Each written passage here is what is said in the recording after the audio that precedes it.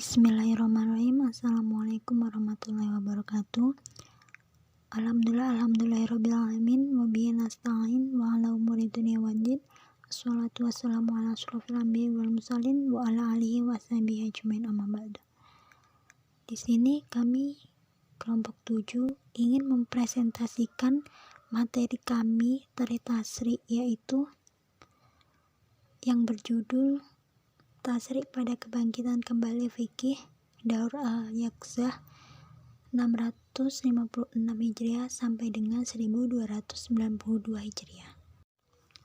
Dengan anggota kelompok kami yang pertama, Emir Muhammad Adil Mahendra dengan NIM 2002001100089.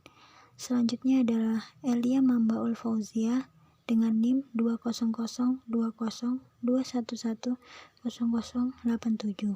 Dan yang terakhir adalah Vina Sinta Zulfia dengan NIM 2002021100089.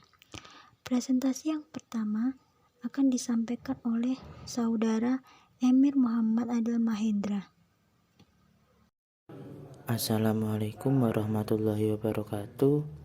Saya Emir Muhammad Adil Mahendra dengan NIM 2002021100099 ingin mempresentasikan tentang keadaan politik pada zaman ini.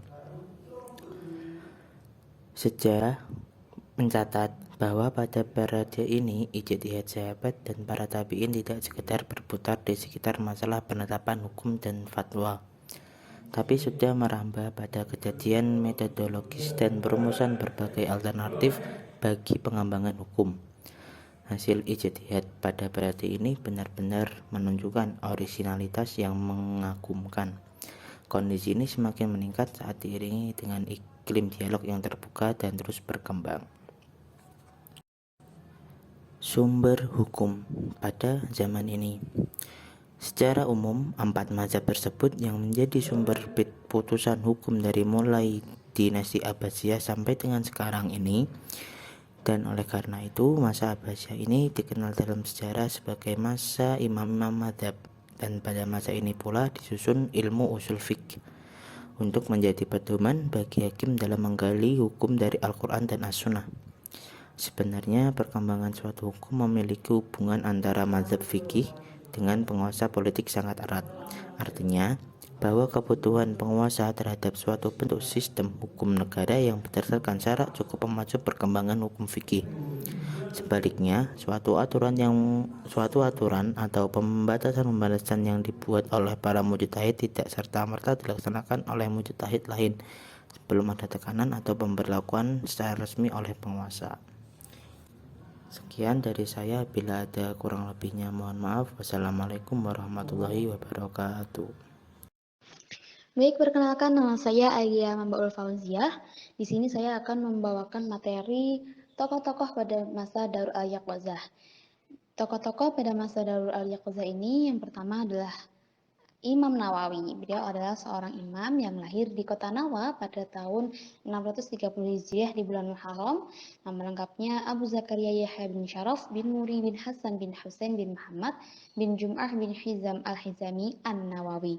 Beliau adalah seseorang yang dikatakan oleh Syekh Ibnu Farah dalam kitab Syajar al-Dhahab fi Akbari Man Dhahab bahwa Imam Nawawi adalah seseorang yang mempunyai derajat yang tinggi yang sulit dicapai oleh manusia lain dalam bidang keilmuan, kemudian sikap zuhud serta amar ma'ruf dan nahi mungkarnya. Di dalam riwayat pendidikan, Imam Nawawi ini mempunyai 3 fase. Yang pertama, fase-fase menuntut ilmu. Beliau pertama pergi ke Damaskus bersama ayahnya di usianya yang ke-18 tahun untuk mencari tempat belajar sekaligus memperdengarkan bacaan Al-Qur'annya. Kemudian beliau pernah juga belajar di Rawahiyah kepada Ali Al-Kamal Ishaq Al-Maghribi. Di sana beliau menempati sebuah rumah yang kemudian menjadi tempatnya melakukan aktivitas keilmuan sampai dengan beliau wafat. Imam Nawawi ini adalah orang yang sangat gigih dalam hal belajar. Bahkan di tahun pertama saja beliau sudah bisa menghafalkan kitab Tanbih karya Ibnu Asy'arozi dalam 4,5 bulan. Beliau kemudian menghafal 1/4 bab ibadah kitab Al-Muhadzab karya Abu Ishaq sekitar 7,5 bulan. Beliau juga membacanya di hadapan gurunya Abu Rizin di usianya yang baru mencapai 21 tahun. Setelah mencari ilmu kepada beberapa guru, kemudian mempelajari banyak kitab, beliau mulai menyebarkan ilmu-ilmu yang beliau punya. Beliau pernah mengajar di Madrasah Al-Iqbaliyah, beliau juga pernah mengajar di Madrasah Al-Falakiyah Al-Ruhiyah, kemudian beliau juga pernah mengajar di Darul Hadis Asy-Syarifah. Selanjutnya adalah fase produktivitas ilmiah dalam bentuk karya tulis, di mana di sini menerangkan karya-karya yang beliau tulis, karya-karya besar yang kemudian menjadi rujukan dan dipelajari oleh banyak umat muslim. Yang pertama ada Syarh Sahih Muslim, kemudian ada juga Riyadhut Thalibin yang merupakan ringkasan dari kitab Asy-Syarhul Kabir karya Imam Ar-Rafi'i yang merupakan rujukan para hakim untuk memutuskan perkara atau para mufti untuk mengeluarkan fatwa. Kemudian beliau juga menulis Riyadhus Shalihin min kalami Sayyidil Mursalin yang berisi hadis-hadis Nabi yang sahih yang dihubungkan dengan berbagai macam pengajaran. Kemudian beliau pernah menulis At-Tibyan fi Adabi Hamalatil Quran yang meringkas etika membaca Al-Quran, kemudian memuliakan orang yang memuliakan Al-Quran seperti para hafidz. Dalam kitab kecil dia juga pernah menulis kitab Arba'in Nawawi yang berisi 40 hadis yang merupakan satu langkah pengenalan dalam memahami dan menghafal hadis yang sudah dipilih sesuai kebutuhan kaum muslim. Selanjutnya adalah Imam Ibnu Taimiyah. Beliau adalah seorang ulama yang lahir pada bulan Rabiul Awal tahun 661 di kota Haran, sebuah kota yang dekat dengan kota Damaskus. Beliau merupakan seorang yang lahir dari keluarga yang amat terpelajar. Nah, Imam Ibnu Taimiyah ini dikenal sebagai orang yang sangat kuat hafalannya. Saat usia 6 tahun, beliau sudah mulai untuk mempelajari berbagai macam ilmu di kota Damaskus. Kemudian saat usia 7 tahun, beliau sudah menghafalkan Al-Quran dengan baik. Nah, beliau juga pernah ketika saat itu seorang gurunya membacakan 11 matan hadis kepada beliau lalu memintanya untuk mengulang hadis tersebut. Beliau ini langsung dapat menghafalkan hadis itu dengan lancar. Imam Ibnu Taimiyah ini merupakan seorang imam yang juga pernah menjadi seorang pemimpin perang. Beliau pernah memimpin perang pada tahun 1313 Masehi ke kota Syria. Beliau juga pernah menjadi seorang profesor di sekolah tinggi, namun justru pada tahun 1318 beliau dilarang untuk mengeluarkan fatwa. Akhirnya pada tahun 726 Ibnu Taimiyah ini kembali ditangkap dan dimasukkan ke penjara. Beliau ini menggunakan waktu tersebut, waktunya selama di penjara ini justru untuk menulis tafsir Al-Quran dan karya-karya beliau yang lain, meskipun saat itu beliau tidak diizinkan untuk menulis. Bahkan saat itu tinta yang ada di meja remaja diambil oleh pemerintah hingga beliau merasa sangat tersiksa. Akhirnya 20 hari kemudian pada tahun 728 Hijriah, tanggal 20 Dzulqa'dah, beliau dikabarkan meninggal di dalam penjara yang sempit. Beliau dalam keadaan tersungkur di atas kitab tikar sembahyangnya sehabis membaca Al-Quran surat Al-Qamar. Jika tadi diceritakan bahwa Imam Ibnu Taimiyah ini adalah seorang yang dekat dengan pemerintahan, bahkan pernah menjadi pemimpin perang, Imam Ibnu Taimiyah ini juga menulis kitab yang berhubungan dengan pemerintahan. Salah satunya adalah As-Siyasah Asy-Syari'ah fil Islahir Ra'yi war Ra'iyah, yang merupakan kitab yang berisi tugas dan kewajiban pemerintah serta hukum-hukum yang harus ditegakkan sesuai dengan Al-Quran. Dia juga pernah menulis Minhajus Sunnah An-Nabawiyah yang berisi jawaban sekaligus bantahan terhadap karya Jamaluddin Al-Mukhtar Al-Halili yang berjudul Minhajul Karomah fi Ma'rifatil Imamah, yang ditulis untuk mempengaruhi Raja Mongol untuk membendung paham Syiah di negara Islam sebelah timur. Beliau juga pernah menulis kitab Tawassul wal Wasilah yang merupakan kitab yang beliau tulis agar umat Islam ini bisa menjauhi perbuatan-perbuatan bid'ah seperti berziarah untuk meminta pertolongan, sekalipun itu adalah kuburan Nabi karena termasuk perbuatan syirik. Jadi Imam Ibnu Taimiyah ini juga dikenal sebagai seseorang yang sangat anti terhadap sesuatu yang disebut dengan bid'ah. Selanjutnya adalah Imam Ibnu Al-Qayyim. Beliau lahir di kota Damaskus pada tahun 691 Hijriah, bernama lengkap Muhammad bin Abu Bakar bin Sa'ad bin Haris bin Zar'i ad-Damashqi az-Zawji. Beliau menyelesaikan beberapa pendidikan dasar kepada ulama-ulama di daerahnya. Kemudian beliau mulai menyimakkan hadis dan ilmu-ilmu yang ia miliki di majelis para syekh pada usia 7 tahun. Beliau ini belajar pada masa pemerintahan Mamluk yang saat itu terjadi kemunduran yang pesat bagi umat Islam. Beliau bahkan sempat dipenjara bersama gurunya, namun terpisah tempat begitu. Beliau berguru pada Imam Ibnu At-Taimiyah. Beliau merupakan seorang ulama yang memiliki kedalaman ilmu hampir di semua bidang syariat. Seorang ulama bernama Ibnu Turiburdi bahkan menyatakan bahwa ia menguasai beberapa cabang ilmu, di antaranya tafsir, fiqih, sastra, dan tata bahasa Arab, hadis, ilmu usul, dan furu'. Beliau juga mendampingi Syekh Ibnu Taimiyah sekembalinya dari Kairo pada tahun 712. Nah, beliau ini menyerap banyak ilmu dari Syekh Ibnu Taimiyah. Beliau dikenal sangat dekat dengan Syekh Ibnu Taimiyah ini. Sebagai salah satu tokoh ulama yang besar, Ibnu Al-Qayyim tentu juga mempunyai banyak karya, seperti diungkapkan oleh Muhammad Ahmad Al-Shimbati dalam kitab Manhaj Ibnu Al-Qayyim fit Tafsir. Imam Ibnu Al-Qayyim ini pernah menulis beberapa kitab, di antaranya Zad Al-Ma'ad fi Hadi Khair Al-Ibad, kemudian juga pernah menulis I'lamul Mawaqin Ar-Rabb Al-Alama, kemudian beliau pernah menulis Tadhib Sunan Abu Daud wa idahu mushkilatih ba'da al-wafa'i. Beliau juga pernah menulis kitab At-Tibyan fi Aqsamil Quran, kemudian kitab Syarh Asmaul Husna, dan kitab Fathul Qudsi, serta banyak kitab beliau yang lainnya yang sudah dijelaskan di makalah. Terakhir adalah pembahasan tentang Ibnu Hajar Al-Asqalani. Beliau adalah seorang ulama besar di bidang hadis yang lahir pada tahun 773 Masehi di Mesir. Bernama lengkap Ahmad bin Ali bin Muhammad bin Ali bin Ahmad bin Ahmad bin Hajar Al-Qanani Al-Qabilah.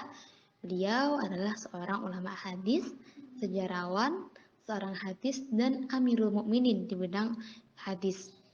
Beliau merupakan ulama yang menjadi yatim sejak dini. Beliau ditinggal oleh kedua orang tuanya, kemudian akhirnya beliau diasuh oleh seorang saudagar kaya bernama Zagiyuddin Abu Bakar Al-Karubi.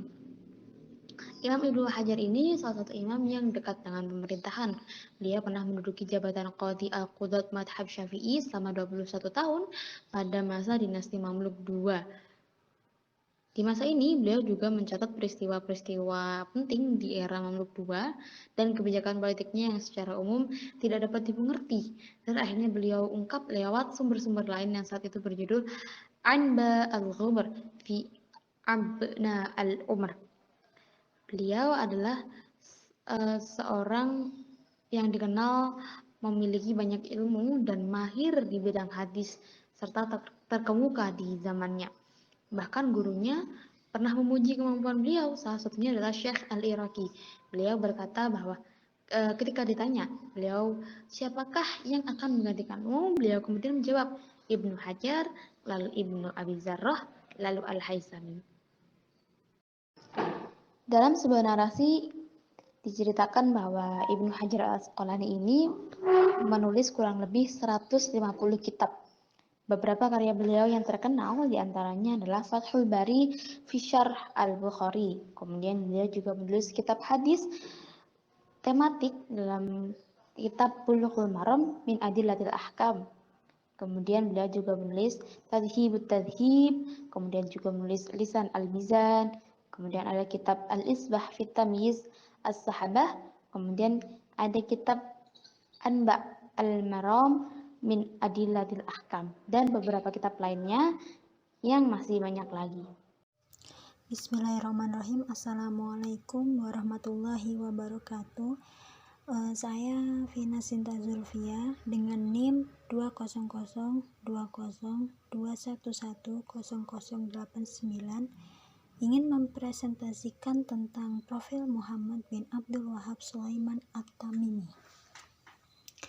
Imam Asy-Syaikh Muhammad bin Abdul Wahhab bin Sulaiman bin Ali bin Muhammad bin Rashid bin Buraid bin Muhammad bin Musrif bin Umar bin Mu'dad bin Rais bin Zakir bin Muhammad bin Alwi bin Wuhaib bin Qasim bin Musa bin Mas'ud bin Uqbah bin Sani bin Nasyal bin Shaddad bin Zuhair bin Syihab bin Rabi'ah bin Abu Su'ud bin Malik bin Hanzalah bin Malik bin Zaid bin Manah ibni Tamim bin Muhammad bin Mur bin Ad bin Tabihah bin Ilyas bin Mudar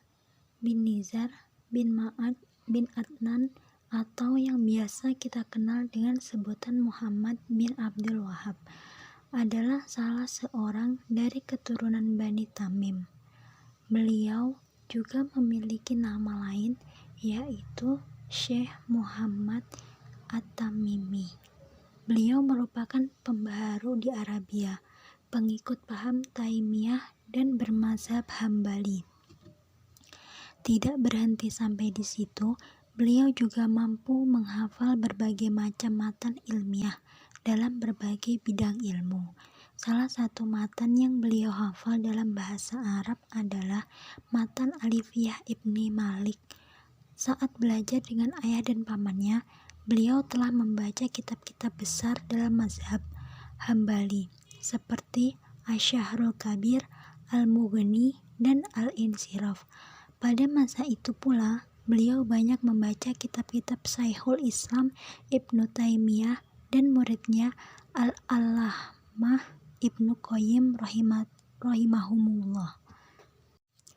Kegemaran Muhammad bin Abdul Wahhab terhadap aktivitas menuntut ilmu mengharuskan beliau untuk mengembara ke berbagai daerah, di antaranya Najd, Makkah, Madinah, Basroh, hingga Baghdad.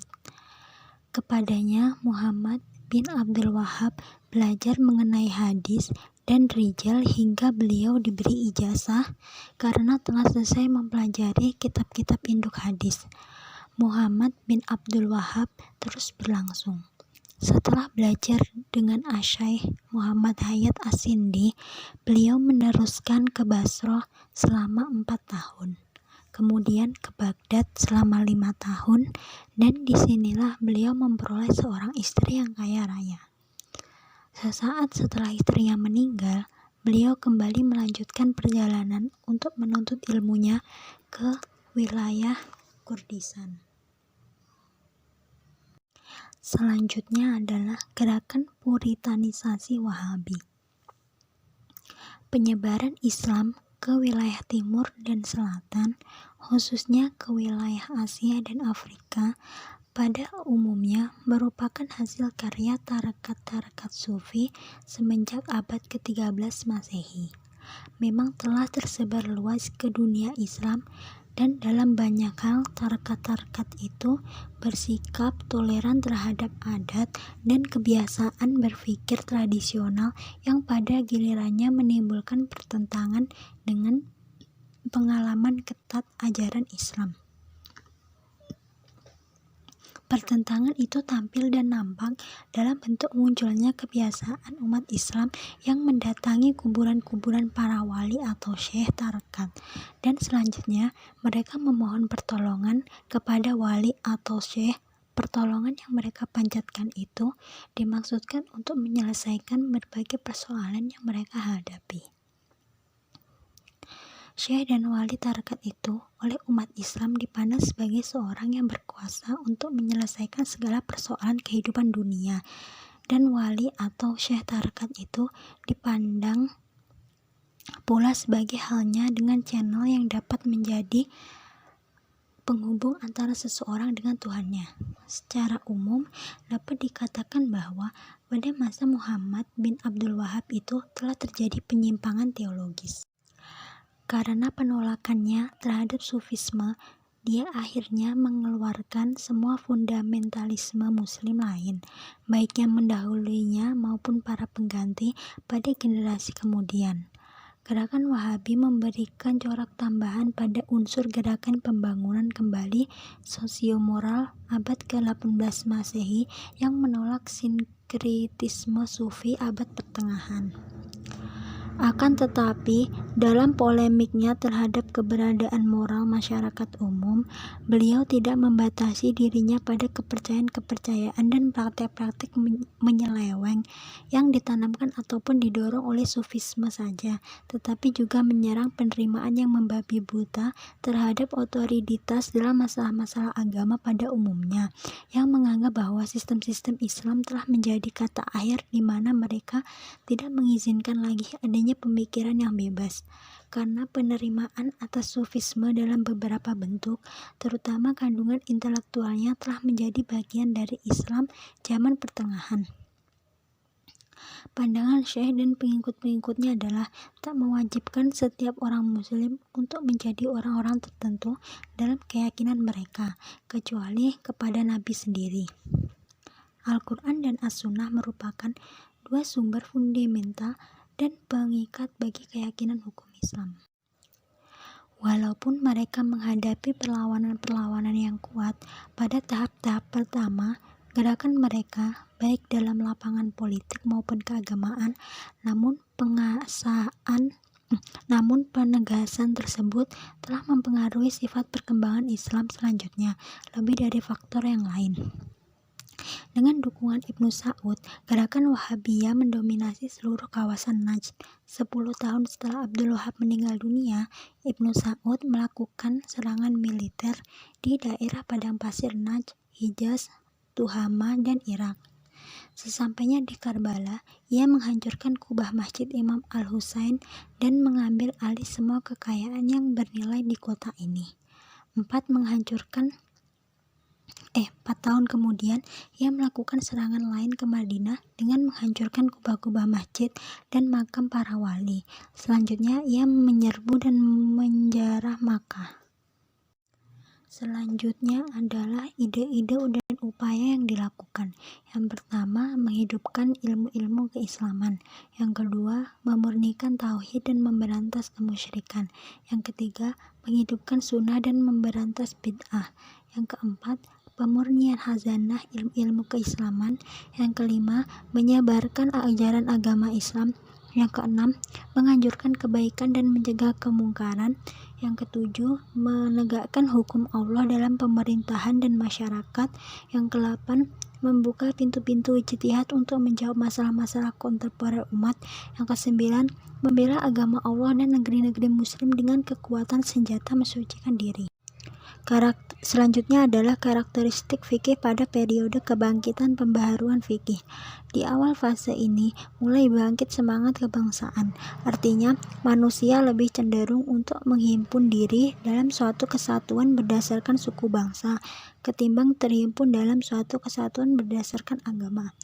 Namun, yang menarik adalah hampir seluruh bangsa yang dijajah dan menganut agama Islam merupakan perjuangan yang berbarengan untuk memperjuangkan lainnya. Lahirnya sebuah negara bangsa yang berdaulat di satu sisi. Di sisi lain, agama juga sedang giat melakukan modernisasi. Dan tidak jarang dalam proses lahirnya sebuah negara bangsa ini ditampilkan tokoh-tokoh agama sebagai pionir perjuangannya dan memakai atribut serta adagium agama. Hal ini disebabkan karena bangsa Barat dianggap menginjak-injak nilai kehormatan suatu bangsa yang dikuasainya dan mengusik agama yang dianut oleh bangsa tersebut.